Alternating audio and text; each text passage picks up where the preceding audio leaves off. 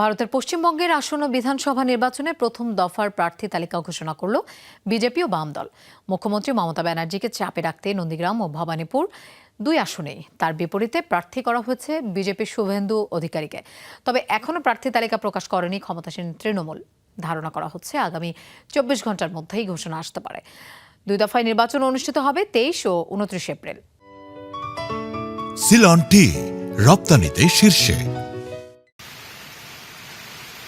আসন্ন নির্বাচন ঘিরে উত্তপ্ত ভারতের পশ্চিমবঙ্গ।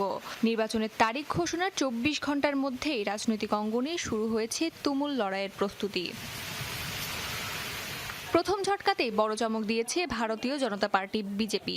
এরই মধ্যে 144 আসনে প্রার্থী তালিকা প্রকাশ করে তারা সরাসরি চ্যালেঞ্জ ছুড়ে দিয়েছে মুখ্যমন্ত্রী মমতা ব্যানার্জিকে। নন্দগ্রামের পাশাপাশি ভবানীপুরেও প্রার্থী করা হয়েছে বিরোধী দলনেতা শুভেন্দু অধিকারীকে।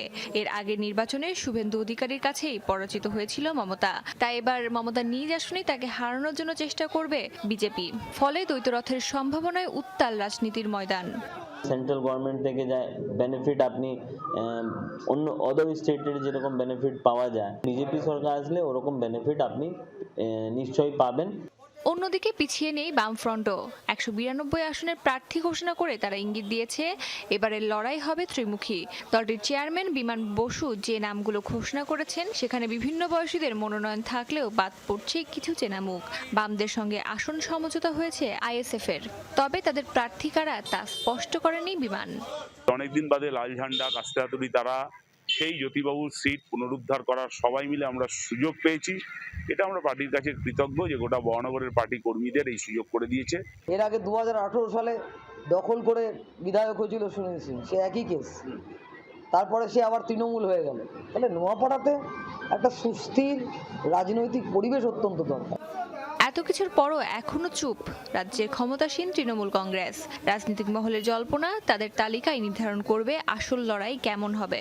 তৃণমূল সূত্রের খবর 294 আসনে প্রার্থীদের নাম ঘোষণা করবে তারা। আসন্ন বিধানসভা নির্বাচনে 2 দফায় ভোট গ্রহণ হবে পশ্চিমবঙ্গে। প্রথম দফায় 152টি আসনে 23 এপ্রিল, দ্বিতীয় দফায় 29 এপ্রিল ভোট হবে 142 আসনে। ভোট গণনা আগামী 4 মে। অস্মিতা বিশ্বাস, যমুনা নিউজ।